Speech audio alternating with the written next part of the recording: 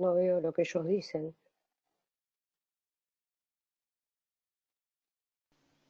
Estamos a 2 minutos de iniciar, doctora.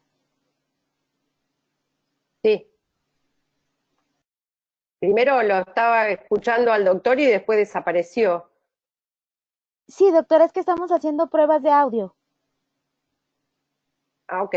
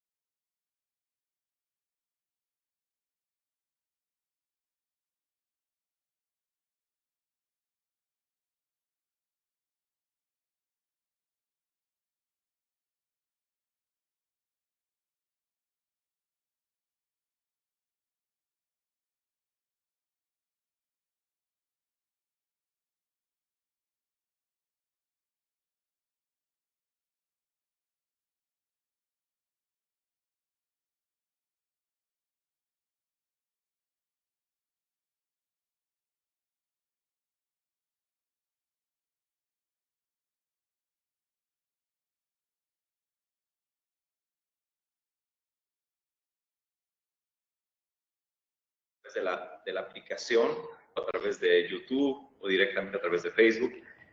Agradecerles que estén hoy con nosotros en estas denominadas conferencias en línea. Sin duda, con la participación de hoy de la doctora Liliana Artaza, que clínicamente tiene mucha experiencia, pues compartirá toda su experiencia y que será de mucha utilidad para todos nosotros. No quiero perder la oportunidad de invitarlos a que se sigan afiliando con la Asociación Mexicana de Endodoncia. Es muchos beneficios, la representación legal, tenemos muchos beneficios que ustedes van a irlo sumando o encontrando a través de nuestras redes sociales, de nuestra página, www.amcee.org. También, bueno, quiero aprovechar esta oportunidad para compartir con ustedes los avances que hemos tenido en relación a la organización del 49º Congreso de nuestra asociación, a celebrarse del 27 al 30 de mayo en la ciudad de Puebla. Estaré compartiendo un video con las instalaciones para que ustedes lo vayan tomando en cuenta, lo consideren y sigan las promociones que estaremos publicando continuamente a partir del día de hoy. Durante el año 2020 estaremos desarrollando en la ciudad de Puebla nuestro 49º Congreso del 27 al 30 de mayo en las instalaciones del Centro de Convenciones Williams Jenkins.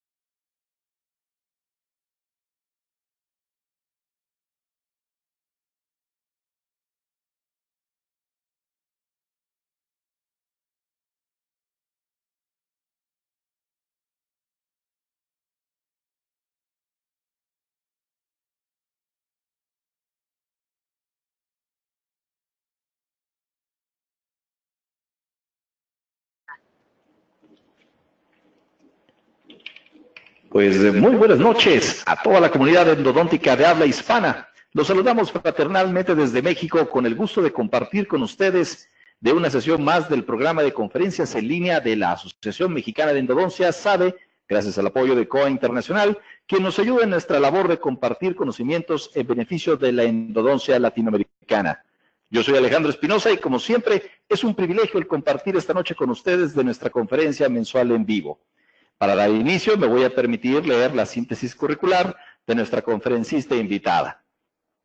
Ella es especialista en endodoncia desde 1995, doctora en odontología por la Universidad de Buenos Aires en 1998, profesora titular de cátedra de endodoncia en la Universidad del Salvador, académica de número de la Asociación de la Academia Nacional de Odontología 2018, vocal presidente saliente de la Sociedad Argentina de Endodoncia, dictante en Escuela de Posgrado de la Asociación Odontológica Argentina, autora de trabajos científicos publicados en Argentina y en el exterior, regente para Sudamérica de la Federación Internacional de Asociaciones de Endodoncia en el 2018, árbitro de las revistas de la Asociación Odontológica Argentina, de la revista Acta Odontológica Latinoamericana y de la revista científica Odontoestomatología de la Facultad de Odontología de la Universidad de la República de Uruguay.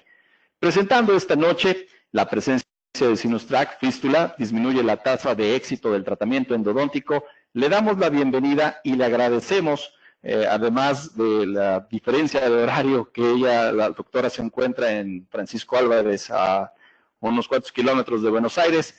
Agradecemos muchísimo la presencia de la doctora Liliana Artaza. Doctora, bienvenida, el micrófono es todo suyo. Bueno, buenas noches México y todos los que me acompañan desde Argentina. ¿Me escuchan bien? ¿Hola? Fuerte y claro, doctora, adelante. Muy bien. Bueno, ha sido un honor que me hayan invitado para dar esta conferencia en línea con disertantes tan destacados como los que muestran en la pantalla. Así que, para los que no me conocen, les voy a mostrar mi equipo. Son todos los docentes de mi cátedra, la Cátedra Endodoncia 2 de la Universidad del Salvador. Bueno, y ahí están todos con la remera puesta, la camiseta de la campaña Salva tu Diente. Vamos a entrar en el tema que nos compete hoy, que es si la presencia de Sinustrack, de fístula, disminuye o no la tasa de éxito del tratamiento endodóntico. Muchísimos trabajos publicados dicen que la presencia preoperatoria de Sinustrack es un factor que afecta considerablemente el pronóstico del tratamiento, reduciendo la tasa de éxito.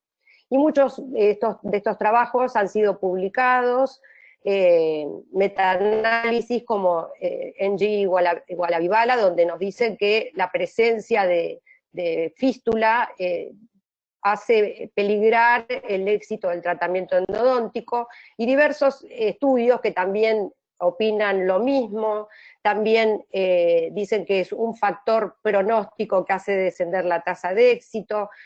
También estudios donde la microbiología, o sea, la flora de los casos donde existe Sinustrack es distinta, donde hay predominio de anaerobios gram negativos, y estas bacterias son mucho más patógenas que las que están comúnmente en la flora indígena endodóntica.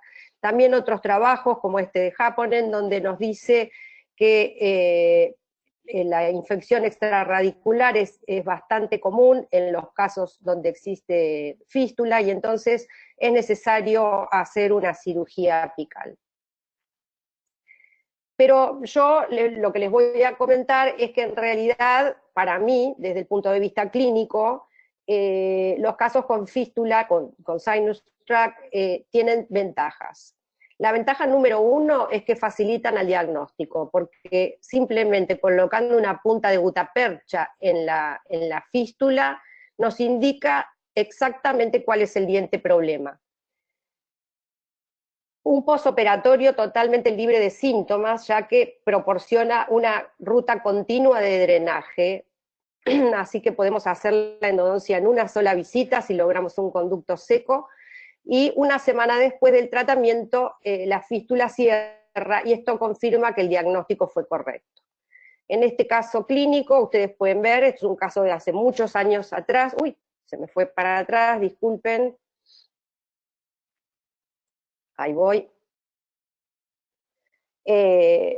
donde no se utilizaba instrumentación mecanizada, donde no había activación del irrigante. Esto es un caso del año 1999, donde solo pude hacer instrumentación manual, una buena irrigación, una buena eliminación, una buena limpieza para ese momento, y sin embargo, solamente con limpieza y conformación manual y una condensación lateral, logramos al año y 8 meses la remisión total de la lesión perirradicular.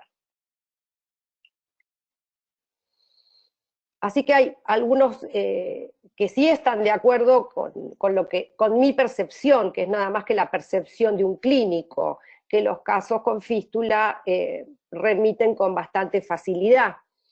Por ejemplo, en este estudio de Gupta, publicado en 2003 en el Journal of Endodontics, ellos evaluaron un caso de 160 dientes con lesión perirradicular y encontraron que en 24 dientes todos los sinus tracts cerraron después del tratamiento, lo que demostró que la presencia de fístulas no influiría en el resultado a largo plazo del tratamiento endodóntico. Yo también publiqué un trabajo en 2012 en la revista de la Asociación Odontológica Argentina, donde hacía una pregunta, si la fístula dentoalveolar es un síntoma o una enfermedad. Y realmente la presencia de fístula es un síntoma, no es la enfermedad en sí, no es nada más que la manifestación de la extensión de la enfermedad pulpar en los tejidos perirradiculares. Y la fístula se desarrolla como una ruta de drenaje desde la lesión inflamatoria perirradicular, siguiendo el camino de menor resistencia a través del hueso, el periósteo y la mucosa, pudiendo salir por cualquier punto de la mucosa oral o aún en la piel. Pero claro, así como yo que publiqué una serie de 5 o 6 casos exitosos, eso no faltan datos, no significa mucho, lo mismo que el trabajo de Gupta, apenas son 24 casos. También otros autores, dijimos que la fístula puede aparecer en la mucosa y en la piel. Diversos autores han publicado casos exitosos, casos de remisión completa de la lesión, sin necesidad de cirugía, también en fístula cutánea. Estos son algunos de los trabajos, uno de un gran maestro argentino, el doctor Osvaldo Esmener, que encontró una fístula nasal relacionada con los incisivos centrales superiores, y solamente con la endodoncia, 4 años después, logró remisión completa de la lesión perirradicular. Este es otro maestro argentino, el doctor Santiago Fraslich, también que publicó este caso en la revista de la Asociación Odontológica Argentina. Este es un caso de un chico que vino a nuestra cátedra, un nene de 9 años con una fístula submaxilar, provocada por la mortificación pulpar del primer molar inferior. En la cátedra lo que hizo Santiago fue limpiar y conformar el conducto. Como era un ápice incompletamente desarrollado, se hizo una terapia con hidróxido de calcio. A los 7 meses se logró la obturación del conducto, había ya un stop apical que permitía la obturación, y 1 año y 7 meses después, ustedes pueden ver que ha remitido totalmente la patología perirradicular, la fístula ha desaparecido sin dejar cicatriz. Pero claro, son muchos casos bonitos, pero no tenemos números, no tenemos estadística de una gran cantidad de casos. Y entonces me voy a referir un poco a este trabajo de Ricucci y Siqueira, donde nos explican qué es el absceso apical crónico. Suele ser asintomático, excepto cuando la fístula se cierra. Puede estar recubierto por epitelio en toda su extensión, pero en la gran mayoría de los casos el epitelio no se extiende más allá de la abertura.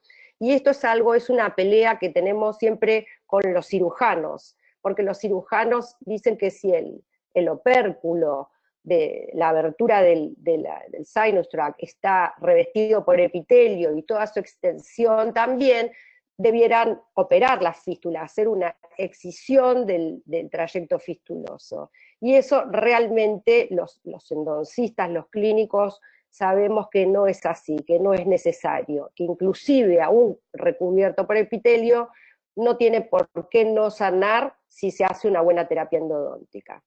¿Qué más nos dice Ricucci Siqueira? Que las fístulas son más comunes en dientes con lesiones amplias y frecuentemente se abren en la mucosa bucal, que se asocian generalmente a procesos infecciosos de larga data, y que la infección extrarradicular es común en estos dientes, generalmente como un proceso continuo con la infección intrarradicular. ¿Pero qué me faltaba a mí? Me faltaban a mí datos, o sea, yo tenía muchos casos bonitos, pero no tenía números. Entonces, ¿qué hice? Dije, bueno, voy a tratar de ver si realmente lo que yo percibo desde el punto de vista clínico realmente es así, y no es solamente una percepción. Entonces, empecé a buscar en mi archivo radiográfico, me remonté a 20 años atrás, ahí fue que yo compré mi primer radiovisiógrafo, entonces era muy fácil juntar las historias clínicas y ver todo el archivo radiográfico de mis pacientes, y empecé a buscar en mi archivo casos con fístulas. Y encontré entonces, de 20 años para atrás, 150 casos con presencia preoperatoria de sinus tract. Entonces evalué 150 piezas dentarias en 141 pacientes que fueron atendidos en un periodo de 20 años. Todos los pacientes me fueron remitidos con signos de periodontitis apical supurativa causada por una variedad de lesiones dentales. La distribución por género fue de 81 mujeres y 60 hombres. Los rangos etarios fueron de 13 a 86 para las mujeres y de 16 a 78 para los hombres. La mayoría de los sujetos en ambos sexos pertenecían al rango etario mayor, o sea, entre 51 y 86 años para las mujeres y entre 51 y 78 años para los hombres. El segundo rango etario fue el del adulto de edad media, y siempre los más jóvenes fue el menor. Entonces, ¿qué hice?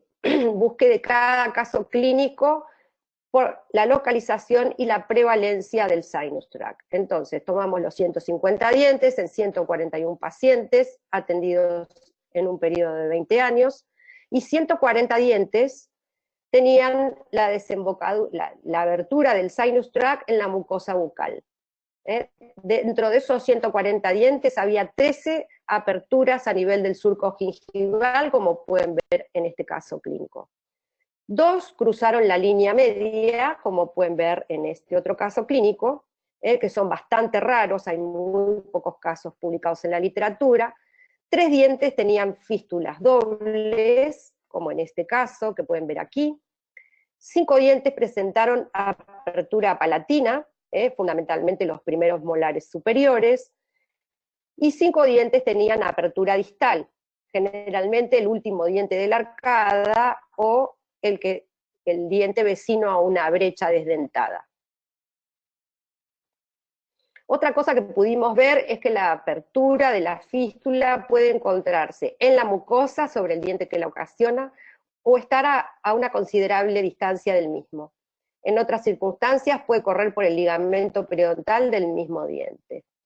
Fíjense este caso clínico que me fue derivado para hacer la endodoncia del incisivo lateral inferior, porque la fístula del sinus tract, la abertura, estaba sobre el incisivo lateral. Si yo no hacía el trazado, no me iba a dar cuenta que el sinus tract venía del canino, que tenía una corona. Así que entonces hicimos las 2 endodoncias en la misma sesión. Esto fue en diciembre de 2010, y acá pueden ver un control, 2 años y 3 meses después, con la remisión completa de la lesión perirradicular, y 3 años y 10 meses después que las piezas siguen manteniéndose funcionales y en boca, a pesar de la mala higiene del paciente. ¿Qué otra cosa pudimos ver? Que cuando corre por el ligamento periodontal, como en el caso de este segundo molar inferior, y sale por el surco gingival, puede hacer confundir al clínico no avesado en que esto podría ser una patología periodontal.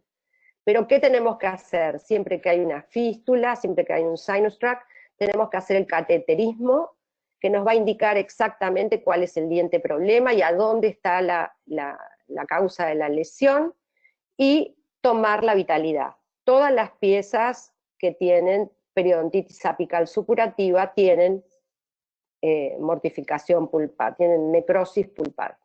En este caso, es demostrativo porque muestro el paso a paso de todo el tratamiento. Hacemos el cateterismo del sinus tract, hago la endodoncia en una sola sesión, elimino mi goma dique y veo cómo sale el cemento sellador a través de la fístula, cómo sigue acá en la radiografía por el camino de la fístula. Una semana después compruebo que la fístula se ha cerrado, por lo tanto el diagnóstico ha sido correcto, y obviamente el diente siempre debe ser rehabilitado. Este caso fue rehabilitado en mi consultorio, como pueden ver, sin la utilización, como era un diente que tenía bastante remanente, no se usó ningún tipo de poste, ningún tipo de perno, sino la reconstrucción con una restauración con composite del muñón y una corona de cerámica. 6 años después, la remisión completa de la lesión y la salud de los tejidos gingivales. La presencia de sinus tract nunca requiere medicación antibiótica. Nosotros hacemos la endodoncia y se tiene que cerrar, el sinus tract se tiene que cerrar por el procedimiento de limpieza y conformación dentro del conducto y no por la acción de un antibiótico que enmascararía la curación.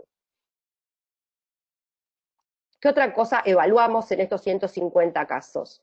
¿Cuál era el origen de la lesión? O sea, a qué dientes eran los que la originaban. Dentro del lote de 50 pacientes pudimos ver que la mayor cantidad de dientes eran del maxilar superior, más que del mandibular. Pero el diente más afectado fue el primer molar inferior, seguido por el incisivo central superior. En el caso del primer molar inferior, la causa por lo general fue la caries, y en el incisivo central superior la mayor causa fueron los traumatismos. Fíjense este caso, donde la imagen radiográfica aparenta ser una lesión de furcación, que puede ser confundida por el clínico por una lesión periodontal, y estos casos lo que tienen que ver es primero la altura de las crestas, hacer el cateterismo de la fístula, tomar la vitalidad, que siempre debe ser negativa, y nunca tratar periodontalmente a estos pacientes, solamente hacer primero la endodoncia y tomarse un compás de espera. La endodoncia en este caso se hizo en una sola sesión. Este paciente joven, este adulto joven, hacía 14 años que tenía esta fístula, y iba a distintos odontólogos que solo lo medicaban con antibióticos y no actuaban sobre el problema que está dentro del conducto radicular. Se hizo la endodoncia en una sesión única y 2 años después pueden ver ustedes la total remisión de la patología perirradicular. Les comentaba yo que el segundo grupo dentario que más encontramos sinus tracts dentro de nuestro estudio fue el incisivo central superior, y en la mayoría de los casos estos pacientes tenían una historia de traumatismo en su infancia. Este paciente es un hombre de 41 años que había tenido un traumatismo a los 10 años y tenía una fístula persistente con una antigüedad de 5 años. Se había hecho una endodoncia 10 años atrás, iba a diferentes odontólogos y los odontólogos lo único que hacían era medicarlo con antibióticos. Y así tenía etapas que la fístula se cerraba y después volvía. Así que vino a nuestro consultorio hicimos el diagnóstico radiográfico, el cateterismo de la fístula y rehicimos la endodoncia. Esta endodoncia no fue rehecha en una sola sesión porque el sinus tract era muy antiguo y porque no logramos un conducto seco, había exudado inflamatorio. Entonces colocamos una medicación intracanal de hidróxido de calcio durante 15 días y después se hizo la obturación.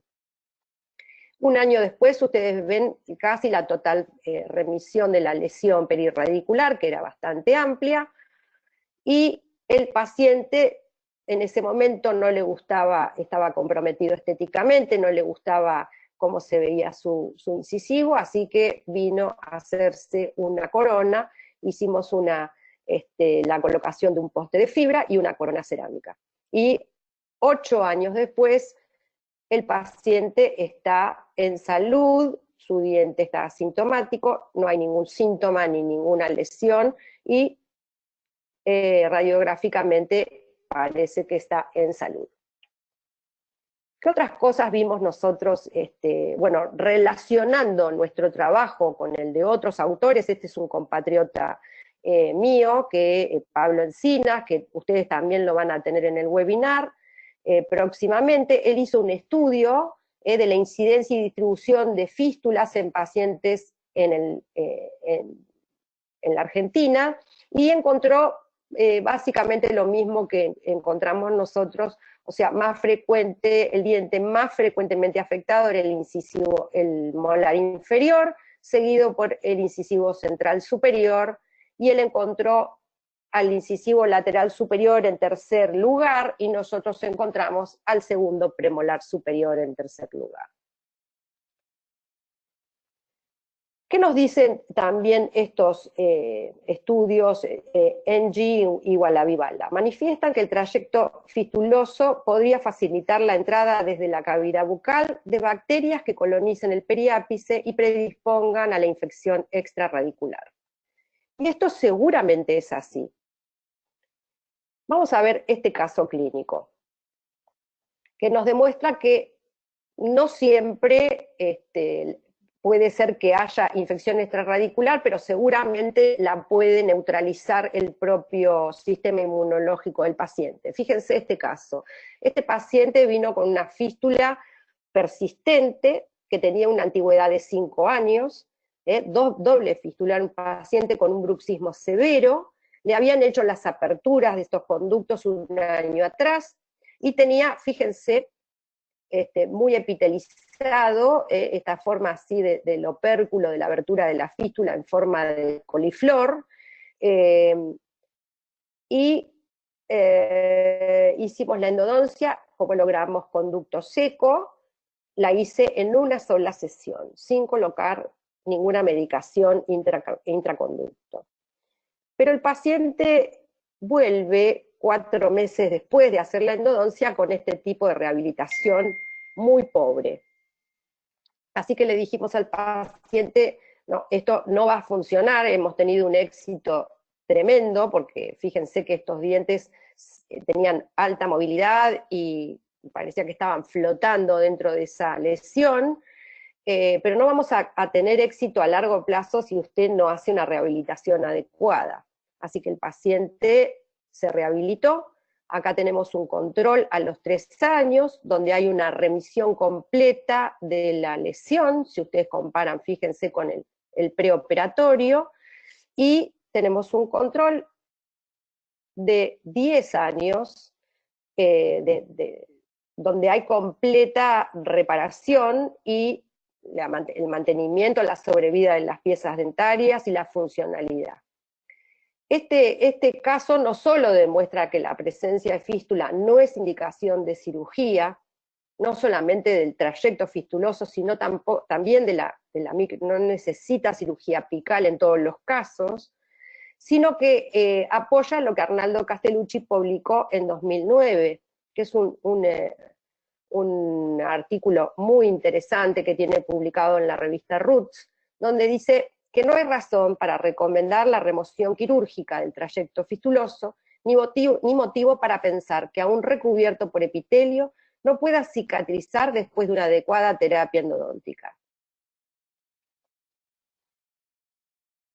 ¿Qué otras cosas pudimos ver en estos 150 casos? ¿Qué evaluamos? Evaluamos cómo se manifestaba radiográficamente la lesión perirradicular. Vimos que la lesión más frecuente era la lesión en forma de J, en 49 de los casos, que es esta lesión envolvente caída hacia un lado.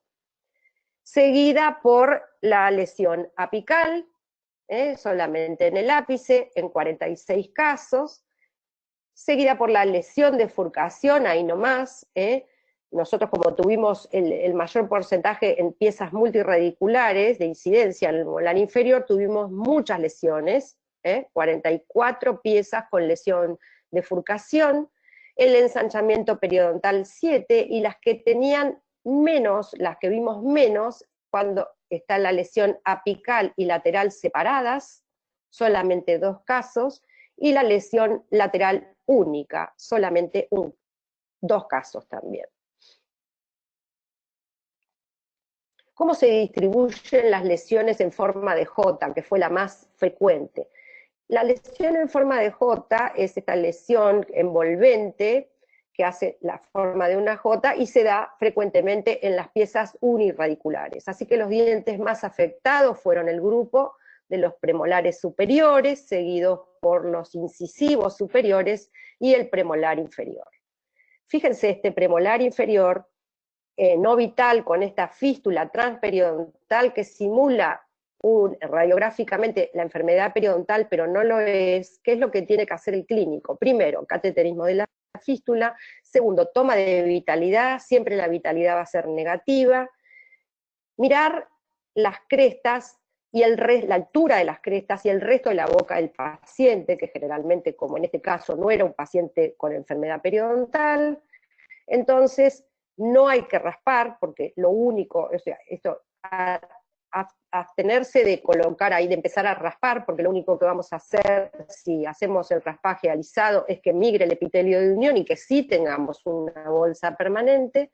Hacemos la endodoncia en una sola sesión, porque logramos un conducto seco, y controlamos 6 años después al paciente rehabilitado. Y fíjense el nivel óseo, el nivel de la cresta y el mantenimiento, cómo es capaz la endodoncia de regenerar hueso autólogo y cómo es capaz de mantener una pieza en boca con un tratamiento tan efectivo como es el tratamiento endodóntico.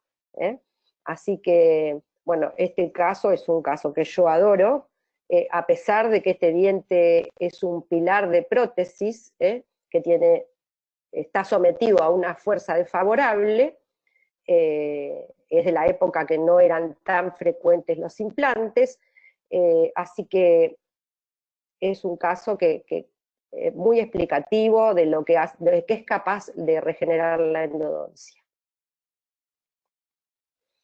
¿Qué otra manifestación vimos? La lesión de furcación, les comentaba yo, que la vimos en 44 casos.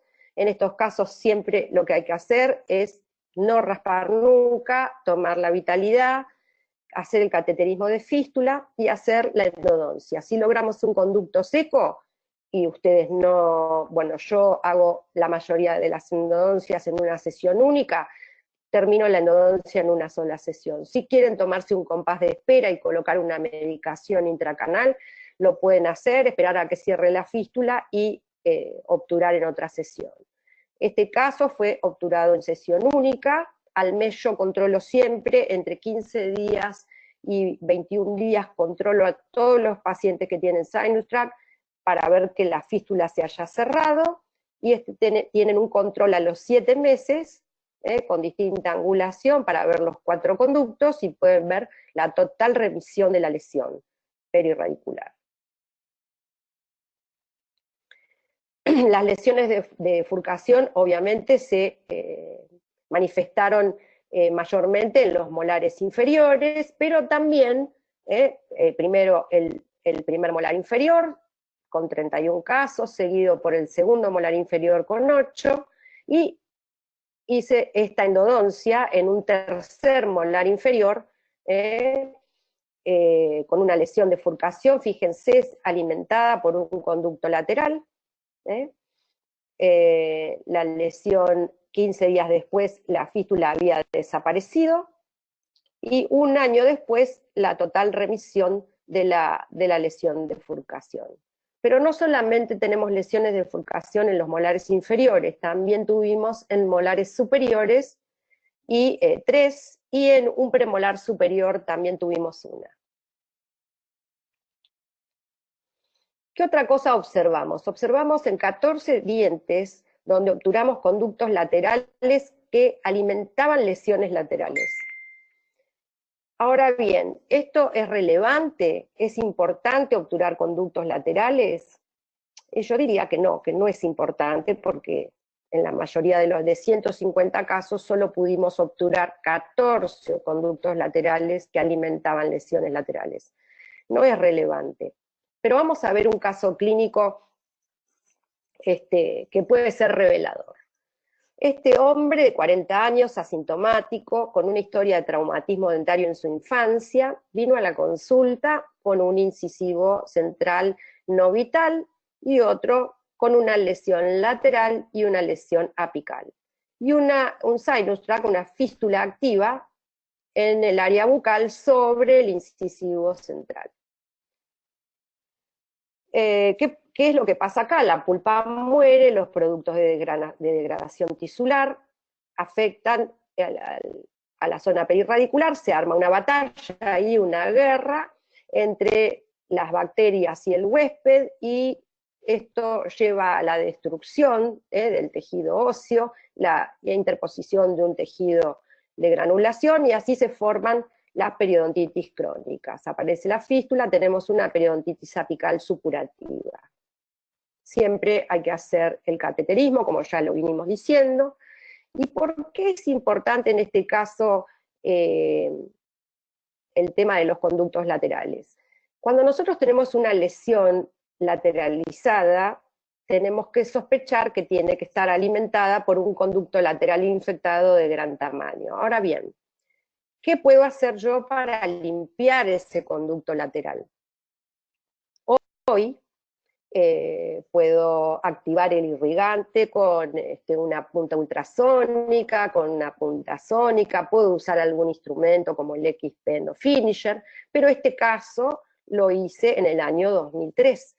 En ese momento no teníamos esa tecnología, así que yo sabía que era muy probable que ahí hubiese un conducto lateral de gran tamaño, y entonces lo único que teníamos en ese momento era una lima. Así que curvé una lima en ángulo recto, busqué por la pared donde debería estar el conducto, y me ayudó la mano de Dios, y pude entrar en ese conducto lateral solamente hacer in-out movement, o sea, solamente movimientos de in-out. Otra cosa no había, solamente la irrigación con EDTAC, que en ese momento lo dejábamos 5 minutos, y copiosa irrigación. No teníamos más que eso. ¿Cómo lo obturábamos? Bueno, en ese momento nosotros, esto fue en 2003, nosotros en el año 2001 publicamos un trabajo en el Journal of Endodontics, donde evaluamos las distintas técnicas de obturación en cuanto a su habilidad para obturar conductos laterales, en un modelo experimental donde fabricamos conductos laterales simulados.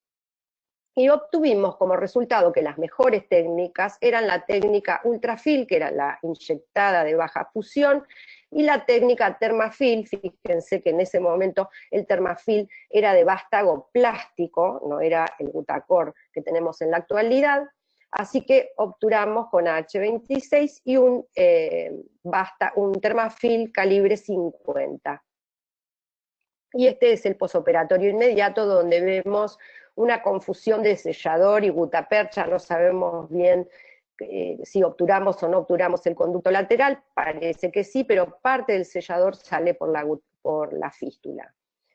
Recuerden que este era como habíamos logrado entrar en el conducto lateral, y 7 días después, cuando ya todo el exceso de sellador se fue por la fístula, pudimos ver que no solamente se había obturado un conducto lateral, sino que habíamos obturado 2 conductos laterales. Quiere decir entonces que no tenía mucho sentido haber entrado a uno, pero bueno, a todos nos gusta obturar conductos laterales y si podemos entrar a instrumentarlos mejor. Pero ¿qué me dice este caso clínico? Si yo veo el control a distancia, fíjense, 7 meses después persiste la obturación del conducto lateral, 2 años después hay persistencia de la obturación de esos 2 conductos laterales.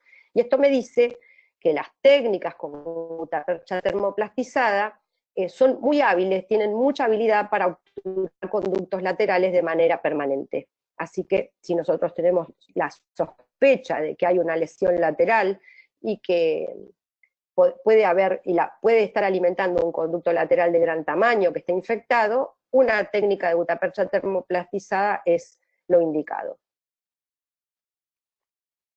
Es un tema sumamente controversial en la literatura, el tema de si es necesario o no la obturación de conductos laterales. ¿Qué nos dice Schilder? Que las piezas dentarias con conductos laterales no obturados, en casos de diagnóstico de mortificación pulpar, puede condicionar el éxito a distancia del tratamiento endodóntico. Y eso es cierto, obviamente nos puede condicionar. Ahora, ¿es fundamental la obturación del conducto lateral? Seguramente que no.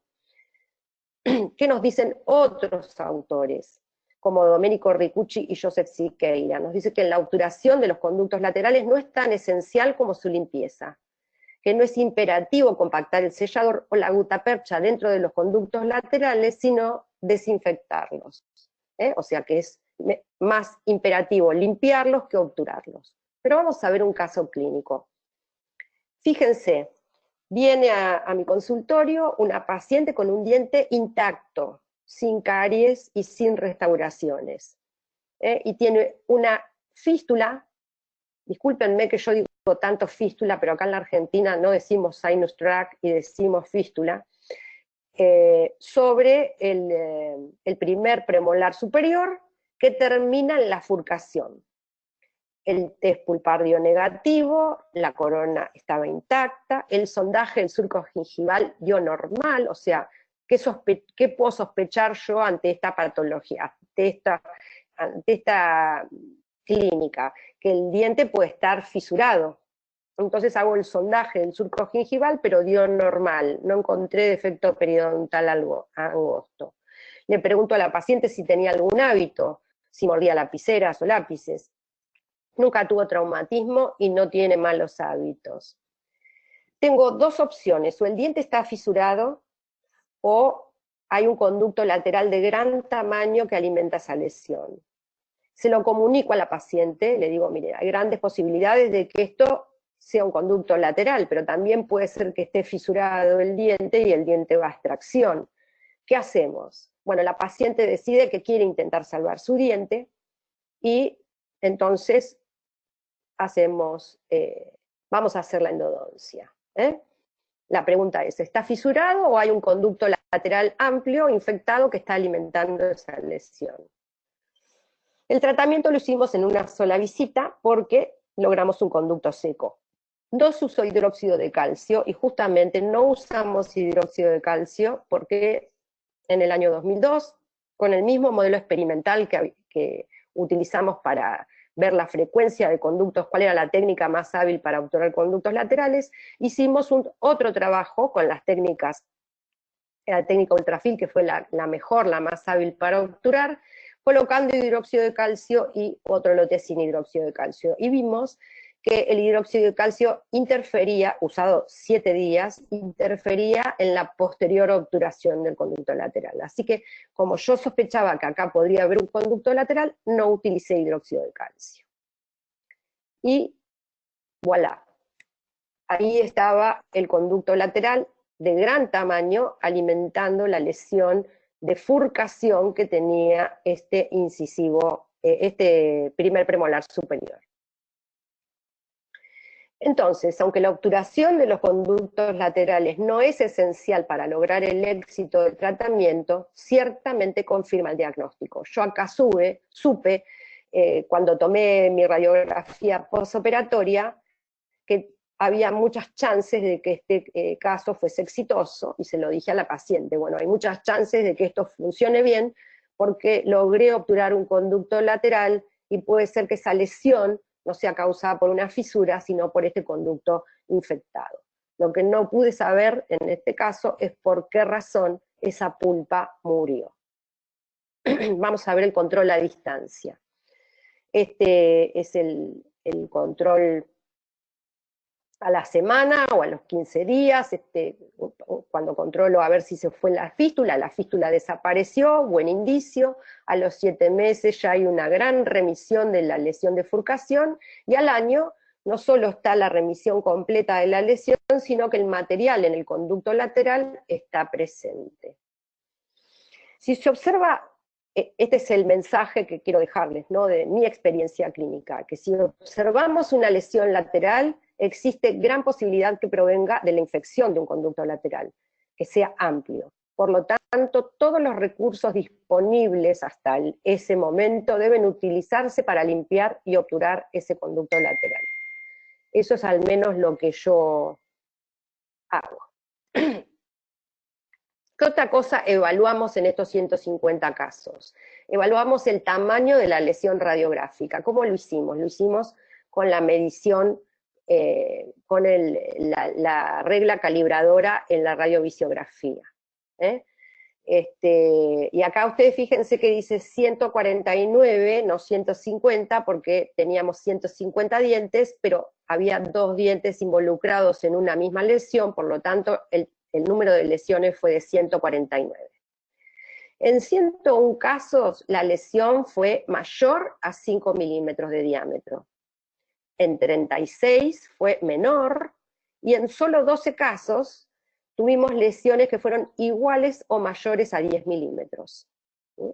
Esta, por ejemplo, es una lesión que consideramos igual a 10 milímetros. Involucra no solo la furcación, sino ambas raíces vestibulares. Tiene una abertura en el surco gingival. Y se logró obturar todo el sistema de conducto, se logró encontrar el MB2, y 1 año y 3 meses después la remisión completa de la lesión y la pieza rehabilitada, ¿no?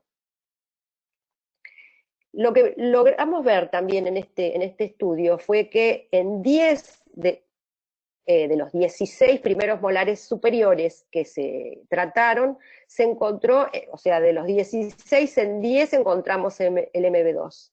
5 fueron reintervenciones, que justamente la causa de ese fracaso había sido la no localización del MB2. Y también en 2 de los 10 segundos molares superiores que se trataron, también se logró encontrar el MB2.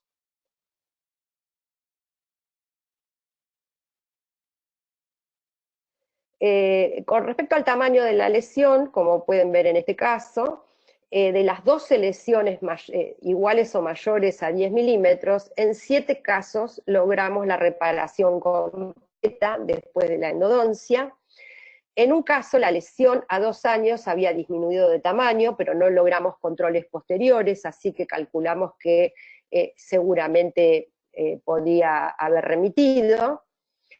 Una lesión que involucraba 2 dientes necesitó complemento quirúrgico.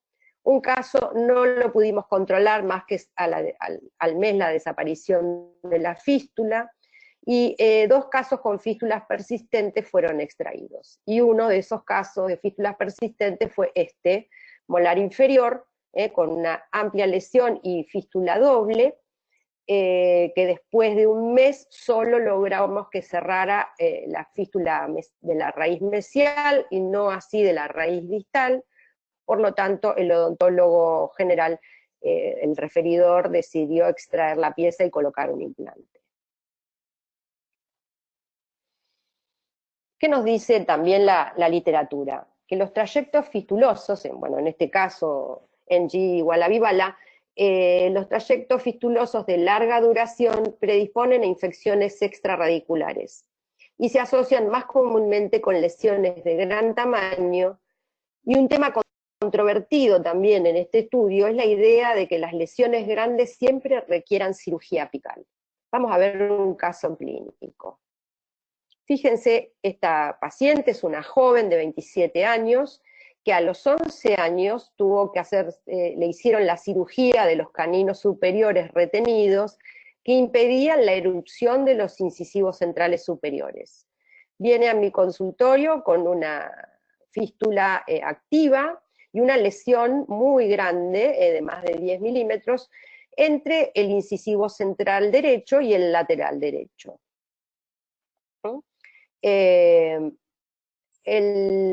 La fístula, fíjense ustedes que estaba entre el incisivo lateral y el primer premolar. Recuerden que no tiene caninos esta chica, y el trazado iba al incisivo central superior derecho.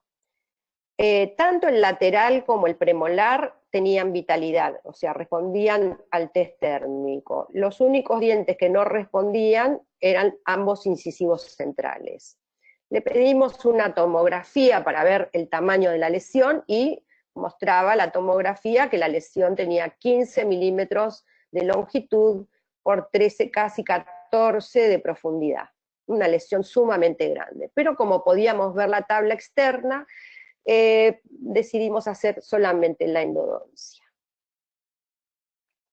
Fíjense, en la primera visita se limpió y se conformó el conducto, se activó, esto ya es un caso más moderno, entonces se activó con una punta ultrasónica, se utilizó el Irrisonic de Helse, tanto el hipoclorito como el EDTAC durante 1 minuto, pero no logramos un conducto seco en la primera sesión, así que se colocó hidróxido de calcio y se esperó 15 días. A los 15 días, en la segunda sesión, ya se vio que la fístula había cicatrizado y logramos un conducto seco, por lo cual obturamos ya los 2 incisivos centrales, con H26 y Warm Vertical Compaction. Como pueden ver, hay extrusión siempre que utilizamos técnicas donde se aplica calor, hay bastante extrusión de sellador. Y lo que dice la literatura, que generalmente las lesiones grandes pueden requerir cirugía, en este caso, fíjense, 2 años después del seguimiento, 2 años después, se puede ver que la gran lesión está completamente reparada y que la cirugía apical no fue necesaria. ¿Qué nos dicen Ricucci y Siqueira? Que numerosos estudios informan una alta tasa de éxito para el tratamiento no quirúrgico de los dientes con Sinus Track, que la infección intrarradicular está siempre presente en estos casos, que aunque la infección extrarradicular no es frecuente, si estuviera presente podría ser manejada por las defensas inmunitarias del huésped en la mayoría de los casos. Y la persistencia de una fístula después del tratamiento es indicativo de una infección intra o extrarradicular persistente y deberán tomarse entonces medidas para controlarla adecuadamente. Quiere decir entonces que nosotros, como vimos en este estudio, tenemos casos de sinus tract de larga duración, los pacientes como no tienen dolor y como van muchas veces de un consultorio al otro deambulando, siendo maltratados, pueden tener seguramente infección extrarradicular, pero el huésped puede, o sea, el sistema inmunitario del huésped en la mayoría de los casos puede manejarlo, porque si no, todos los casos con sinus tract serían un fracaso, y hemos visto que no es así. Pero vamos a ver un caso donde sí tuvimos una fístula persistente. Esta mujer, asintomática, una mujer joven de 35 años, tiene antecedente de traumatismo a los 10 años, se cayó con la bicicleta. Y tiene una fístula persistente de 5 años, que va de un odontólogo al otro y solamente le daban antibióticos. Fíjense que la fístula está sobre el incisivo, la pieza 1.2, pero tanto el incisivo lateral como el central respondieron al test a la prueba térmica. Solo el incisivo central izquierdo respondió negativamente. Fíjense la radiografía. La fístula cruza la línea media. Hay muy pocos, muy pocos casos reportados en la literatura, yo solamente encontré 2. Publicado en Journal of Endodontics en 1985, y otro más publicado en el 89. Lo que nos dicen, y en el Dental Traumatology, que lo que confirma el diagnóstico, fíjense que si nosotros hiciéramos directamente la endodoncia de la pieza que está debajo de la fístula, haríamos una endodoncia equivocada, porque ese diente era vital. Por eso habla acá en ambos artículos de la necesidad de hacer el cateterismo y la toma de vitalidad, que eso es fundamental en estos casos, porque la fístula puede estar alejadísima del diente causal. Bueno, vamos a ver cómo tratamos este caso. En la primera visita limpiamos y conformamos el conducto, había muchísimo exudado, por lo que se colocó una medicación de hidróxido de calcio durante 15 días.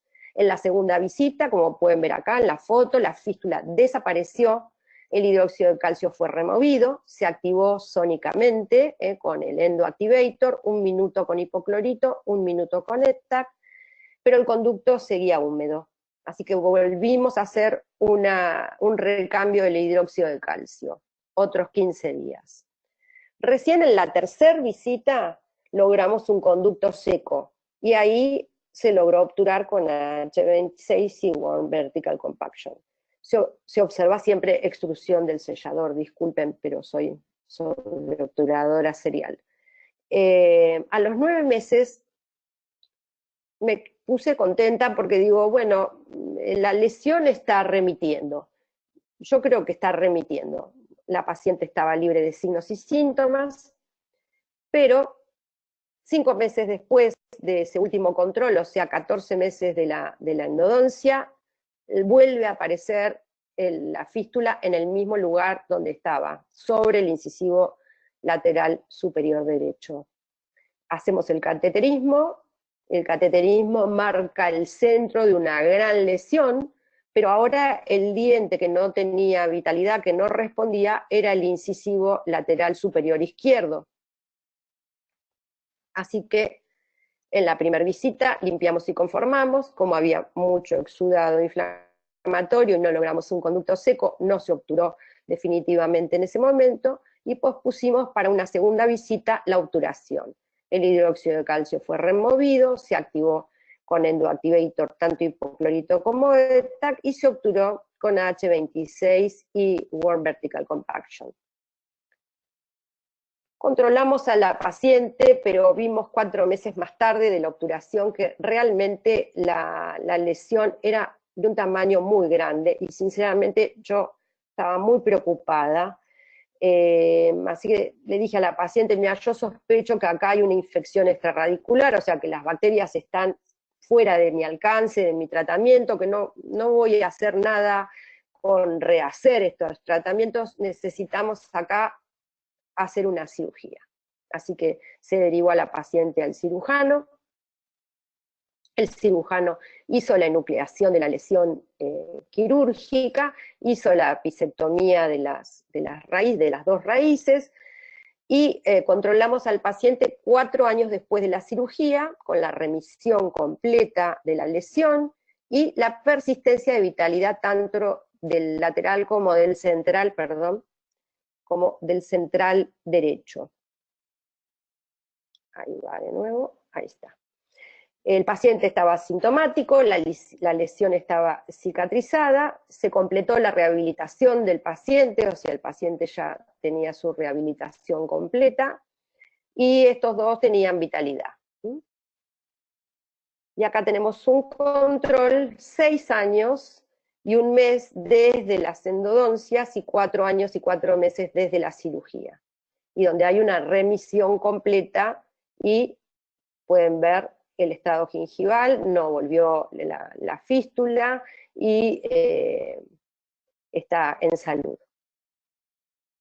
Así que lo que demuestra que la infección extrarradicular existe, que hay casos de grandes lesiones donde las bacterias están más allá de nuestro alcance y necesitamos del complemento quirúrgico para la cicatrización de la lesión. De los 150 dientes con sinus tract, 17 dientes fueron extraídos. En 12 casos, las fístulas fueron causadas por fracturas y los dientes fueron extraídos. De esos 12 casos donde observamos que el diente estaba fisurado, 2 fueron segundos premolares superiores sin caries ni restauraciones y presentaron fracturas verticales, y son los que les muestro acá. Son estos 2 casos. También la lesión en forma de J, los dientes completamente íntegros, y estaban fisurados. Acá con azul de metileno no pudimos verlo, y esto lo veíamos a ojo desnudo. El primer premolar, un primer premolar superior, también con endodoncia adecuada y rebordes marginales intactos, presentó también fractura vertical completa, lo que pensamos también que esa pieza ya estaba fisurada antes de que le hagan la endodoncia. La mayor tasa de fractura la vimos en premolares superiores, la manifestación fue siempre la lesión en forma de J, y las lesiones no eran... no había lesiones sumamente grandes en estos 12 casos. Los 12 dientes que presentaron fisuras, 9 tenían endodoncias, 2 eran adecuadas y 7 deficientes, y son algunos de los casos. 9 dientes estaban restaurados con anclajes interradiculares colados y coronas ceramometálicas. Fíjense, en general, estos dientes fisurados estaban mal restaurados, ¿no? Con restauraciones un poco antiguas, premolares con doble perno colado, eso hace que el diente termine estallando, ¿no? Y los 17, dentro de este lote de 17 dientes que fueron extraídos, hubo 3 dientes que se indicó exodoncia porque eran irrestaurables, uno eran estos 2, pero hubo 2 casos, que son estos, con malas endodoncias, que podrían haber sido resueltas con la reintervención, pero que los pacientes decidieron extraer las piezas dentarias y reemplazarlas por implantes. Fíjense que estos 2 dientes, este segundo molar superior y este incisivo central, eran piezas fácilmente tratables, porque se sacaban esos pernos con facilidad, se retrataba la endodoncia, y creo que sin complemento quirúrgico esto hubiese funcionado bien. Sin embargo, yo no fui lo suficientemente convincente con los pacientes y con el referidor, y estos pacientes decidieron extraer sus piezas dentarias. Esto hizo que yo me radicalizara, y que ahí fue como cuando dije, yo algo tengo que hacer, porque si estos dientes hubiesen sido tratados por un especialista, este paciente no hubiese perdido los dientes, no hubiese tomado una decisión errónea de reemplazarlos por implantes. Así que bueno, ahí surgió la idea de la campaña Salva tu Diente, que en realidad es una campaña con un mensaje hacia el paciente. Por eso es Salva tu Diente, consulta a un endodoncista, y bueno, y ustedes ya la conocen porque la han compartido en el último congreso. Bueno, así fue que entonces traté endodónticamente 133 dientes con presencia de sinus tract. 9 casos hubo fístulas persistentes luego del tratamiento, 9 casos. 3 resolvieron luego de la cirugía apical y 6 dientes fueron extraídos. Los 124 dientes restantes, todas las fístulas cerraron en un periodo entre 7 y 21 días después del tratamiento endodóntico. Todas las fístulas cerraron. Y tuvimos diversas lesiones, como vieron ustedes. La causa, también evaluamos los antecedentes de estos 133 dientes tratados. La causa más frecuente fue la caries, seguida por el fracaso endodóntico, en 30 piezas. Hicimos 36 retratamientos, porque tuvimos traumatismo más fracaso endodóntico en 6. El traumatismo siguió en frecuencia. La ortodoncia, por ejemplo, es este caso que les muestro aquí. Después del tratamiento ortodóntico, esta paciente con un diente íntegro, intacto, tuvo una mortificación pulpar, seguramente por algún movimiento brusco, y una reabsorción dentinaria interna, así que ahí hicimos la endodoncia, obturamos esta reabsorción, se hizo la obturación coronaria en el mismo momento, y controlamos 9 meses después y tenemos una reparación parcial de la lesión, que yo creo que va en camino de reparar completamente, pero hoy es una reparación parcial. Otra causa fue la cirugía, el caso que les mostré yo de la gran lesión que la chica le habían hecho las extracciones de los caninos retenidos. El bruxismo fue también otra causa frecuente. 10 dientes tallados, o sea, 10 dientes que fueron pilares vitales, les tuve que hacer la endodoncia, y 5 dientes donde no se encontró la causa, que eran dientes completamente intactos, sin caries ni restauraciones, y 2 lesiones endoperidontales combinadas. Estos fueron los antecedentes de los 133 casos tratados. El número de sesiones. 108 dientes fueron tratados en sesión única. En 2 sesiones tratamos 23 dientes, 20 con hidróxido de calcio y 3 con clorofenol alcanforado, o sea, con un antiséptico químico. Yo muchas veces cuando no comprendo bien la anatomía, le coloco un antiséptico químico, apenas una torunda estéril con apenas el vapor del clorofenol alcanforado, y cierro y sigo en otra sesión donde lo pueda entender más, porque a veces me canso, sobre todo en los molares, cuando no entiendo bien la anatomía. Y cuando usamos hidróxido de calcio, siempre en los casos que no se logró un conducto seco. Por ejemplo, este fue uno de los casos de retratamiento y traumatismo, con ápice inmaduro. Esta chiquita vino, le habían hecho la endodoncia, le habían hecho llamativamente una cirugía apical, no entiendo de qué, porque le dejaron el cono sobrepasado, así que ahí hicimos la extirpación de los conos, era un ápice inmaduro, se colocó hidróxido de calcio, volvió en una segunda sesión, y en la segunda sesión eliminamos el hidróxido de calcio, hicimos un tapón apical con MTA, y el resto obturamos con gutapercha inyectada.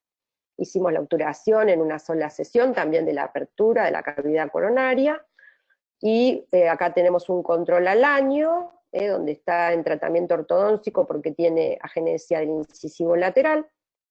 Aquí está un control a los 2 años, ya tiene colocado un fantoche, ya se le hizo el espacio para colocar un implante, y acá tenemos un control 3 años y 3 meses después, con la reparación completa de la lesión, a pesar de que el diente está siendo movido con fuerzas ortodónticas. Les comentaba yo que hicimos 36 reintervenciones. Por supuesto, el mayor número fue en los dientes más frecuentes, primer molar inferior y incisivo central superior. Seguido por el primer molar superior. La causa fundamental en estos casos fue la no localización del MB2, tanto en el primero como en el segundo, y después el resto de los dientes, incisivo lateral superior, segundo premolar, bueno, no hubo gran diferencia en esto. Pero fíjense en este caso, que es una mala endodoncia, no un fracaso endodóntico, se hace la endodoncia en una sola visita, al mes ya le digo al referidor, ya esto cicatrizó la fístula, ya hay que rehabilitar. Se hizo una rehabilitación más moderna, con un poste de fibra, un control a 2 años y un control a 3 años, con la total remisión de la lesión. Eso es muy frecuente de ver, sobre todo cuando los casos son bien rehabilitados. ¿Cómo hacemos el diagnóstico diferencial entre un fracaso endodóntico y una fisura? Bueno, muchas veces charlando con el paciente, este caso, por ejemplo, con una fístula gingival, tengo que sacar una corona, un perno, no encuentro defecto periodontal angosto, pero le comento al paciente, bueno, hay probabilidad de que esto sea un fracaso endodóntico, pero cabe la posibilidad de que tengas una fisura. ¿Qué hacemos? El diente es del paciente, en definitiva es el paciente el que decide. En general los pacientes, cuando a veces soy convincente, deciden intentar.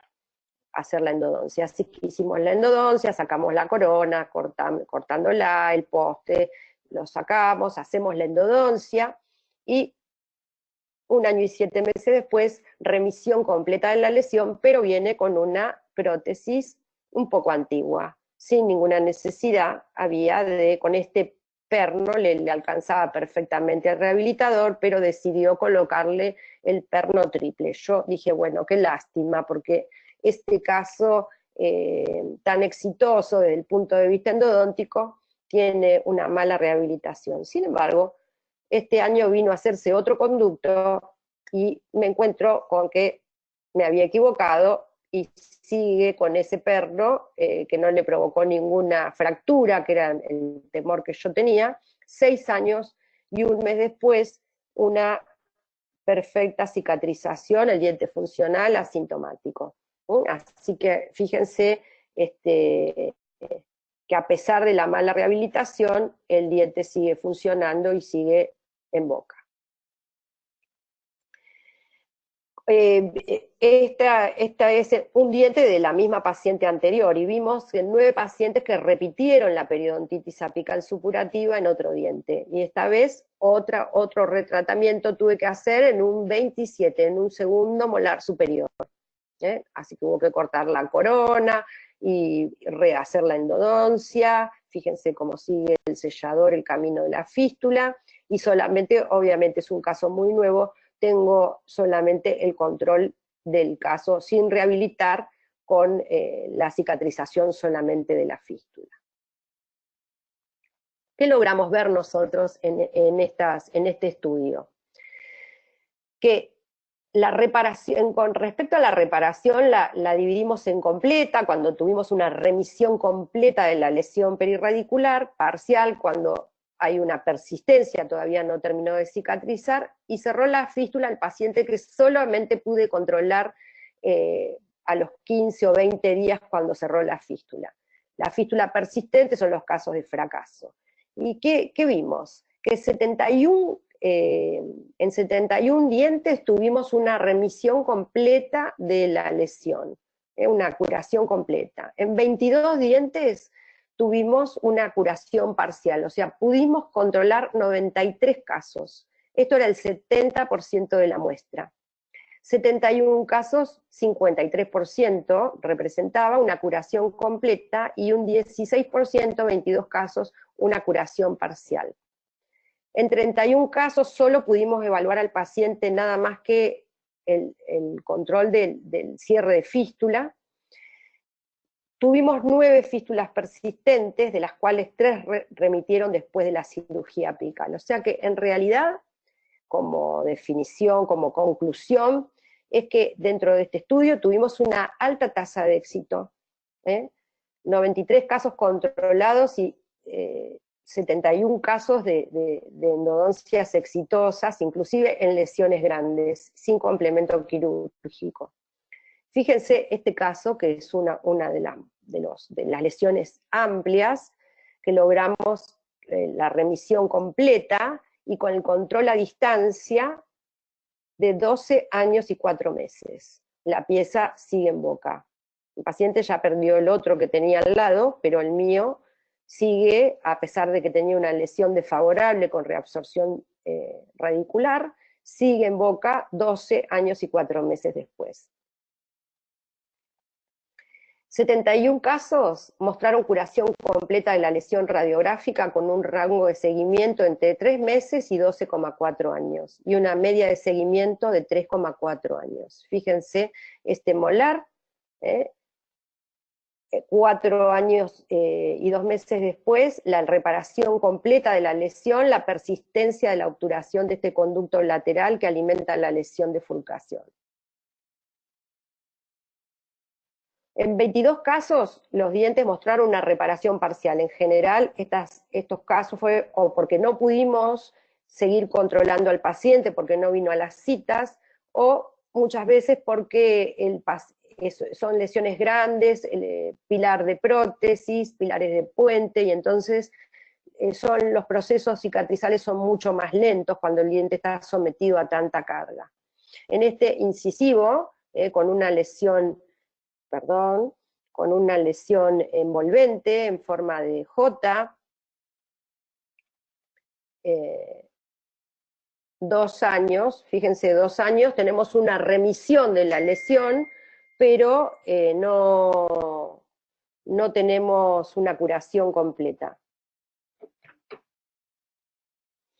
4 dientes con reparación completa se fracturaron después del tratamiento, uno a los 14 meses, 2 a los 6 años y otro a los 13 años, y fueron extraídos. Estas 4 piezas tenían grandes restauraciones plásticas. Fíjense, este es uno de esos casos, con una lesión amplia de más de 10 milímetros, un control a los 7 años, una reparación casi completa, apenas un ensanchamiento del ligamento periodontal, pero el paciente vuelve 13 años después con la pieza fracturada. Esto no es porque tenía una fístula, es simplemente porque hubo una falla estructural, y eso tiene que ver con el remanente, del remanente dentario. Otra vez, NG igual a Vivalla, hablando de la sobrevida de las piezas dentarias, ellos encontraron que para que haya una sobrevida post-endodoncia, los dientes deberían ser restaurados con una corona dentro de los 90 días después del tratamiento endodóntico. Que los dientes con los rebordes marginales, mesial y distal intactos, tienen más posibilidades de sobrevida. Y que los dientes que no funcionan como pilares para prótesis fija o removible tienen más posibilidades de sobrevida. Y vieron ellos que la probabilidad combinada de supervivencia dentaria de 2 a 10 años después del tratamiento endodóntico varió entre el 86 y el 93%. Y eso es también lo que vimos nosotros. Fíjense, nosotros tuvimos una cura, cuando hubo restauración plástica tuvimos, si sumamos la curación completa y parcial, un 53% de casos estuvieron restaurados con restauraciones plásticas. 4 de esos casos se fracturaron, uno 13 años después y 2 6 años después.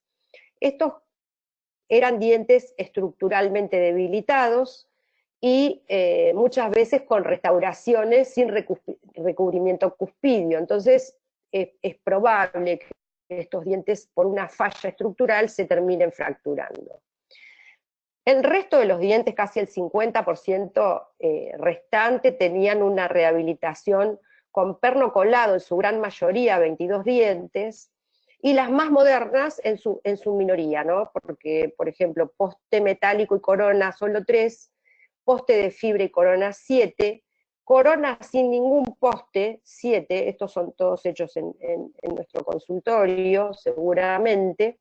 Y fíjense, este es uno de esos casos, una gran lesión, una fístula que va a la forcación y una rehabilitación netamente adhesiva, sin postes, sin pernos, solamente una corona adherida y una 3/4 o una incrustación. Hoy la odontología moderna seguramente va a hacer que podamos tener una tasa de éxito mayor cuando cuidamos el remanente dentario. Como conclusiones, y ya para finalizar, no sé si estoy pasada, el absceso apical crónico no es indicación para la extracción o la cirugía, es indicación solo para un tratamiento endodóntico correcto. Si logran un conducto seco luego de la limpieza y conformación, se puede completar el tratamiento en una sesión, solamente en sesión única. Una semana después de la limpieza y conformación del sistema de conductos, la fístula generalmente se cierra, lo que confirma que se hizo un diagnóstico correcto y un tratamiento eficaz. Hay muchos estudios que informan una alta tasa de éxito para el tratamiento no quirúrgico de los dientes con fístula. La infección intrarradicular siempre está presente en estos casos, siempre son casos con mortificación pulpar. Aunque la infección extrarradicular no es frecuente, si estuviera presente podría ser manejada por las defensas inmunitarias del huésped. Si persiste una fístula después del tratamiento, es indicativo de una infección intrarradicular o extrarradicular persistente y se deberán tomar medidas para controlar esa infección. Bueno, acá he terminado. Espero les haya servido. Esto es lo que significa la campaña, que no lo voy a repetir porque seguramente ustedes que la compartieron en el Congreso de AME saben de qué se trata, pero es la revalidación de la especialidad y de la endodoncia hecha por especialistas, que siempre tiene un resultado mucho más elevado de éxito que hechas en manos inexpertas. Y bueno, ahora voy a compartir con ustedes toda la gente que compartió esta campaña con un poco de música.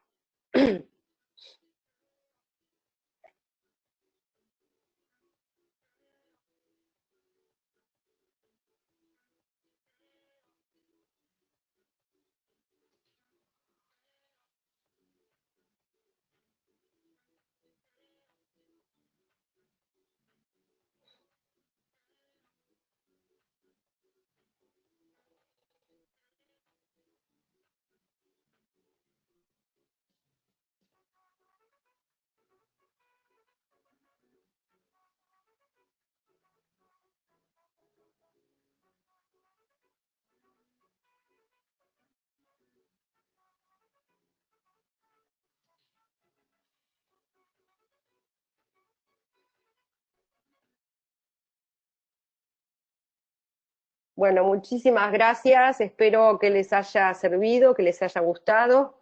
No sé, espero que me hayan escuchado, no tengo retorno. Hola. Muchísimas gracias, doctora Liliana Artaza, por esta gran información que nos brindó el día de hoy. Agradecemos a nuestros queridos amigos de COA Internacional.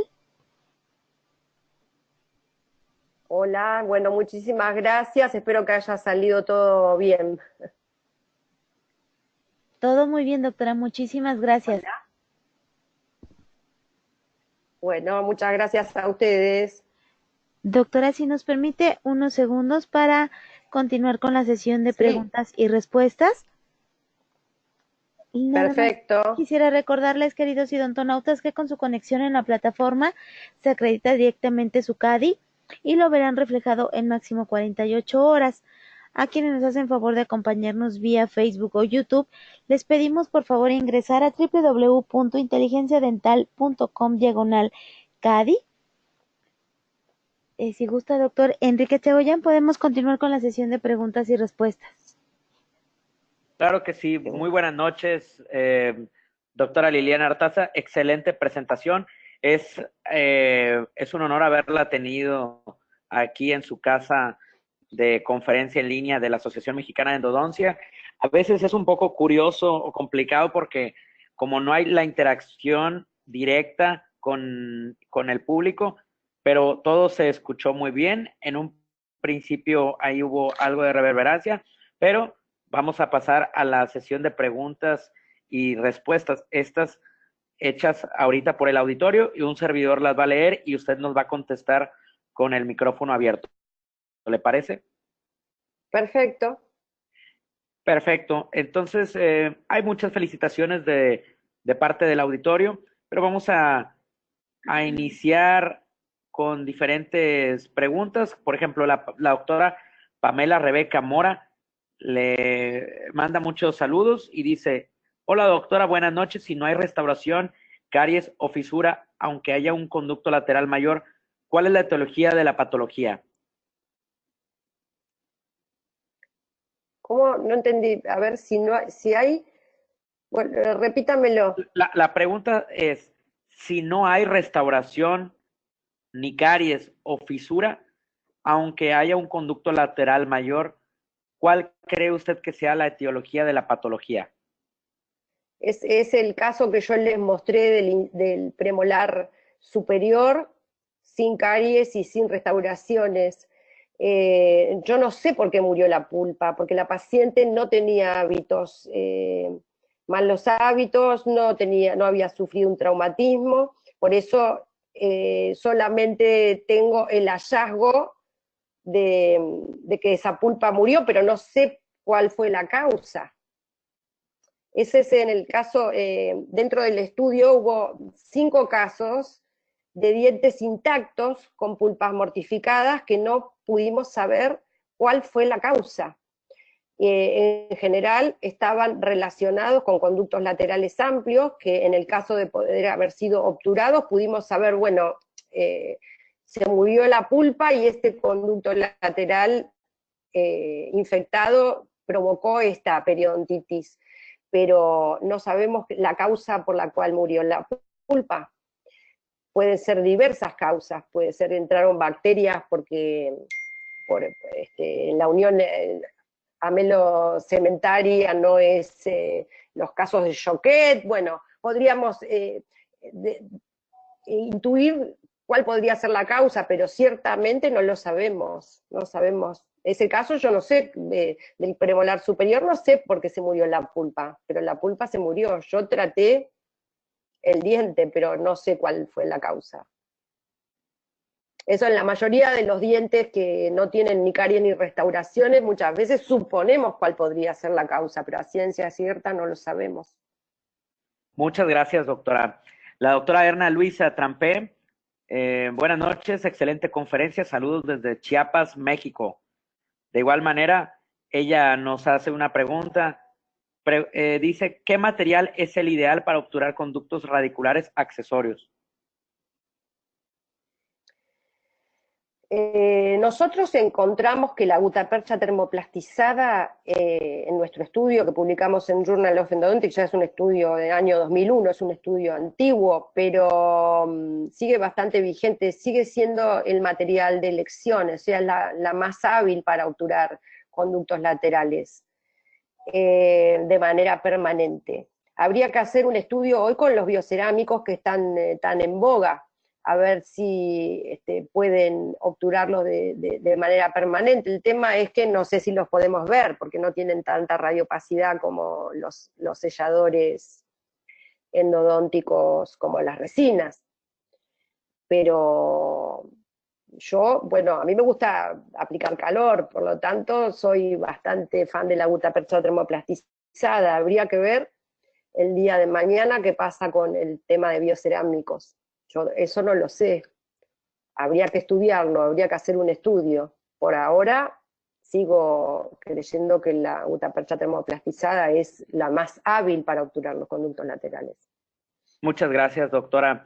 Le manda muchas felicitaciones y saludos su compatriota, el doctor Claudio Boyero. Excelente demostración con evidencia de endodoncia fundamentada en la biología más que en las técnicas. Saludos cordiales desde Córdoba, Argentina. Muchas gracias, Claudio, un amigo. Le manda también saludos la doctora Sandra Beatriz Pérez. Excelente conferencia, doctora Artaza. El doctor Eduardo Acef, saludos, Eduardo. Dice, excelente plática, saludos desde Durango, México. Y pregunta que en el caso del molar inferior con doble fístula, ¿cree que de haber medicado con hidróxido de calcio hubiera tenido otro resultado? Tuvimos 3 casos en el estudio con fístulas dobles. 2 remitieron y habíamos hecho la endodoncia en sesión única. Y nos remitió una de las fístulas. La que iba a la raíz mesial, sí, y la que iba a la raíz distal, no. No lo sé. Tal vez podría haber sido, pero no lo sé. De los 108 casos, de 133, 108 casos hice en sesión única y todas las fístulas remitieron. No sé si por usar hidróxido de calcio hubiese remitido. Yo creo que no, yo creo que... Pero bueno, es un interrogante. Yo sigo insistiendo que el hidróxido de calcio es muy efectivo para cuando tenemos exudado, cuando tenemos una lesión muy grande que no logramos un conducto seco, bueno, y para también las aplicaciones que tiene el hidróxido de calcio, como en los dientes que han sufrido un traumatismo. Pero yo vengo, bueno, esta evaluación de 20 años, en 108 casos no usé hidróxido de calcio y las fístulas remitieron. No sabría decirlo, porque sería una suposición. No no, no lo sé. No lo Si sé. hubiese, la verdad que puede ser que hubiese remitido, pero no podría decirlo a ciencia cierta. 108 casos los traté en una sola sesión y todas las fístulas cerraron. No lo sé. Perfecto. No se preocupe, doctora. Nuestro colega José Alberto Rodríguez menciona, más bien le hace la pregunta, ¿qué le dice al paciente cuando la lesión no cede y decide extraer el diente? Bueno, en general yo hago endodoncia con exclusividad, ¿no? Si bien en mi consultorio es todo un equipo, hay rehabilitadores, pero yo recibo mucha endodoncia de referidores externos. Eh, bueno, al paciente yo ya cuando veo una lesión comprometida le digo al paciente que seguramente para salvar el diente haya que hacer varias sesiones, que tal vez haya que hacer más, que haya que hacer alguna cirugía. El paciente, bueno, y cuando todo fracasa y le digo que el diente va a extracción, el paciente ya viene avisado de antemano, ¿no? Cuando uno ya va viendo que un caso puede ser complejo o puede ser difícil. La verdad que no tengo tanto problema. Son muy pocos los dientes que van a extracción. La verdad que son muy pocos los dientes que van a extracción. Salvo cuando veo ya una fisura, que al paciente directamente no lo trato. Y hay otras veces que, bueno, uno hace la endodoncia y el paciente viene unos meses después con la fisura y uno no la pudo ver, no la pudo detectar en el preoperatorio. Pero no tengo mayormente problema. Perfecto. Los pacientes hoy acá, al menos en la Argentina, están más reticentes a hacerse una endodoncia que a sacarse el diente y ponerse un implante. La verdad que eso es como una lucha, ¿no? Por eso es el lanzamiento de la campaña Salva tu diente, justamente porque los pacientes es como le tienen poco apego a los dientes. Muy bien, No sé doctora. si respondí la pregunta. Sí, claro, claro, en definitiva. La No sé si doctora, les pasará en México, ¿no? A ustedes con el tema de los implantes, pero acá hay una... parece que ponerse un implante es lo top. yo creo que en todos lados, doctora, la implantomanía, muchos mencionan como la implantomanía. Hay los casos en los cuales sí es necesario poner el implante. En definitiva, siempre se apoya colocar el implante, ¿verdad? Pero cuando se puede salvar y restaurar la pieza, excelente, es la mejor opción siempre. La Sí, doctora es la mejor Lisbeth, opción. perdón, la doctora Lisbeth Núñez pregunta, ¿qué otro factor le hace decidir realizar un tratamiento con fístula en una sesión a pesar de tener persistencia de fístula clínica de años? ¿Solo el hecho de obtener un conducto seco? Sí. De los 133 casos que yo traté, fíjense que en la evaluación 93 casos fueron con reparación de la lesión, o sea que fueron exitosos, y la mayoría de esos casos fueron tratados en una sola sesión. Yo en general hago la endodoncia en una sola sesión, a pesar de que sea una fístula de muchos años, salvo que no tenga el conducto seco o que el paciente tenga alguna patología sistémica, por ejemplo, algún inmunocomprometido, que en ese caso espero que la fístula cierre. Pero si el paciente es inmunocompetente y yo logro un conducto seco, hago la endodoncia en una sola sesión. Aunque Perfecto. la fístula sea vieja, aunque la fístula sea de muchos años. Sí, con que haya secado, con que esté seco el Sí. conducto para poder obturar. Muy bien, Bueno, doctora. ustedes vieron los casos que yo en general le pregunto a los pacientes. Algunos ni siquiera saben que tienen la fístula, entonces no es algo que puedo contabilizar.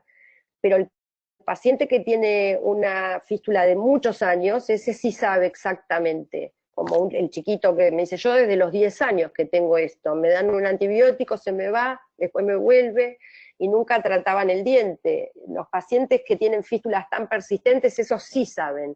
Y el resto de los pacientes que creen que algunos ni siquiera saben que tenían una fístula. Como el diente no les duele. Claro. Muy Pero bien. es algo subjetivo, no puede ser contabilizado porque los pacientes no tienen mucha idea. Yo les pregunto y lo quería contabilizar, de cuánto, y me dice, y no sé, puede ser unos meses, unos años. Entonces, los pacientes no le dan importancia a cuánto tiempo hace que tienen la fístula, salvo que sea muy vieja, que ya ahí sí es algo que les preocupa. Pero si no, el resto de los pacientes, que puede ser que tengan meses la fístula, es algo que no le han dado importancia. Claro. Bien, doctora. La doctora Magali Rivera, buenas noches, doctora, excelente conferencia. Y pregunta, ¿qué gutapercha inyectada utilizó en el último caso del central con bracket posterior a la colocación del MTA? Utilicé el sistema Calamus.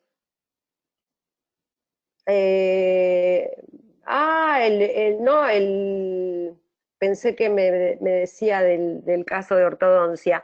No, en el que está el lápiz abierto utilicé un tapón de MTA con ProRoot y después Ultrafil. ¿Es el del central? Ultrafil. Del central. Ok. Sí. Una técnica que ya no sé si me quedan agujas, porque no sé si existe ya el Ultrafil, pero es un caso que tiene unos cuantos años.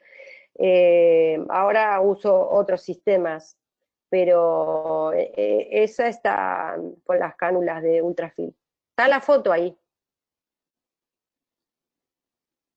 Gracias, gracias, doctora. El doctor Mauricio Gascón, ¿existe diferencia significativa en realizar el tratamiento con previa medicación intraconducto con hidróxido de calcio? Se me hace que ya habló algo de eso, ¿verdad, doctora? Sí, sí. Okay. Yo sé que hay muchas escuelas que están acostumbrados, y no está mal también, está muy bien que quieran hacer la endodoncia, esperen al cierre de la fístula para completar el tratamiento. Pero bueno, yo estoy habituada a hacer la endodoncia en una sola sesión y con bastante éxito, por lo tanto, demuestro lo que hago, que también puedo lograr éxito en una sola sesión.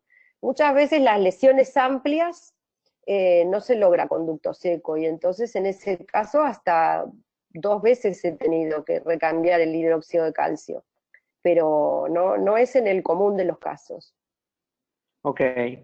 Doctora, y una pregunta. ¿Utiliza el sistema Endovac cuando hace la irrigación para tratar de remover en la parte más apical todo la limalla dentinaria y todo los desechos? No uso Endovac, uso la punta Irrisonic, Irrisonic. sí, que es una punta de activación ultrasónica, y activo 1 minuto el EDTAC y 1 minuto el hipoclorito, y después abro y hago una irrigación ultrasónica 1 minuto con solución fisiológica. Perfecto. La doctora Natalia Belén Montiel, excelente presentación, muy buena evidencia clínica presentada. Gracias por sus aportes clínicos. Saludos desde Corrientes Capital. Muchas gracias, una compatriota. Así es. La doctora Yolanda Moreno Rodríguez pregunta que si es recomendable lavar este tipo de lesiones a nivel radicular con hipoclorito. Bueno, yo uso de rutina, no uso otro irrigante que no sea el hipoclorito. Uso hipoclorito al 2,5%. Okay. Hago un lavaje final, seco el hipoclorito, inundo el conducto con ETAC, activo 1 minuto con la punta Irrisonic, vuelvo a irrigar con hipoclorito, activo 1 minuto el hipoclorito y después hago una activación con solución fisiológica durante otro minuto. Así que uso 3 minutos de activación. Pero eso es lo que hago hoy. Lo que usted Yo hace. les mostré casos hechos en el año 99, porque esta es una evaluación de 20 años. Casos en el año 2000 y 2003, donde no activaba con nada, solamente colocaba el TAC 5 minutos, después lo colocábamos 3 minutos y hacía un lavaje final con hipoclorito. Y también tenía éxito. Perfecto. Quizás ahora activando el irrigante tenga más éxito todavía, Ajá. pero en 20 años la endodoncia evolucionó muchísimo, ¿no? Tenemos un avance tecnológico impresionante. Es más, hoy podemos ver lo que antes teníamos que imaginarnos con el uso del microscopio. Así que lo que ha avanzado es impresionante, pero yo he tenido éxito con condensación lateral y técnica manual. Es correcto. Doctora, a nombre de la Asociación Mexicana de Endodoncia le vamos a entregar este diploma, este reconocimiento como un comprobante de su participación a nombre del doctor Hugo Trujillo Torres, presidente de la Asociación Mexicana de Endodoncia, el doctor José Alejandro Espinosa Armida, el doctor Jaime Gonzalo Barahona Baduy y un servidor, doctor Enrique Chagoyán Benavides, disculpe, y la doctora Gisela Cañaveras, que es secretaria de la misma asociación. Le otorgamos este reconocimiento, dice así: reconocimiento a la doctora Liliana Artaza por haber sido ponente dentro del programa académico de las conferencias en línea de la Asociación Mexicana de Endodoncia, SABE, con el tema la presencia de sinus tract fístula disminuye la tasa de éxito del tratamiento endodóntico, con la firma de los antes mencionados, fecha jueves 18 de julio del 2019. Viene en el libro número 1, foja 01, folio 02, y son 2 horas de curso. Esta constancia se la vamos a hacer llegar en PDF para que la pueda imprimir, doctora, y usted pueda hacer uso de este diploma. Y, doctora, no queremos desvelarla mucho, sabemos el horario que ya es casi la madrugada por allá, entonces quedaron unas cuantas preguntas, se las vamos a hacer llegar a su correo electrónico para que con calma y con menos desvelo les esté contestando a todos los idontonautas. Queremos agradecerle de antemano por esta gran ponencia. Como mencioné, el doctor Hugo Trujillo Torres, presidente de nuestra asociación, está muy contento y le mandaba un gran saludo y un fuerte abrazo. Bueno, no, muchísimas gracias a ustedes por la invitación. Fue un honor haber dado esta charla para la Sociedad Mexicana de Endodoncia y bueno, seguimos en contacto. Me mandan las preguntas y respondo. Ojalá les haya sido de utilidad. Excelente ponencia, doctora, de mucha utilidad. Había unas dudas por ahí entre el público que fueron aclarándose. Como usted mencionó, hay algunas escuelas que es de una sola cita, hay escuelas que es de 2 sesiones con hidróxido de calcio, y bueno, en el día a día que estamos viendo, y dependiendo lo que a veces el paciente ya no vuelve, es como tratamos de resolver los casos de la mejor manera. Sí, exactamente. Yo creo que la sobrevida de los dientes tiene más que ver, en manos, por supuesto, de un especialista en endodoncia, tiene más que ver con la calidad del remanente y la rehabilitación posterior que con la endodoncia misma. La endodoncia es una terapia sumamente exitosa. Lo que no es tan exitoso es lo que le ponen arriba. Ya lo vimos hace rato con sus casos mostrados.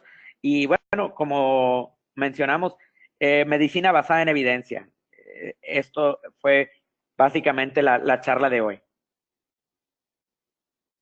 Bueno, muchas gracias. Muchísimas gracias, doctora. Se queda aquí con Diana. Muchísimas gracias a todos nuestros idontonautas. Diana. Muchísimas gracias, doctor Enrique Chagoyán. Agradecemos a la doctora Liliana Artaza por esta interesante información. Gracias a nuestros queridos amigos de COA Internacional y a la Asociación Mexicana de Endodoncia y al Colegio de Especialistas en Endodoncia. Gracias a ustedes, queridos idontonautas, que se conectan de todo nuestro país y de países hermanos latinoamericanos. Fue un verdadero placer recibirles el día de hoy en el ciberespacio. Les agradecemos mucho su tiempo, confianza y preferencia. Nos encantará encontrarles próximamente en esta su aula virtual para que disfruten de las interesantes conferencias que tendremos en vivo para ustedes. Se despide su amiga Diana Montoya. Que tengan una excelente noche. Un fuerte abrazo a la doctora hasta Argentina. Muchísimas gracias. Hasta pronto.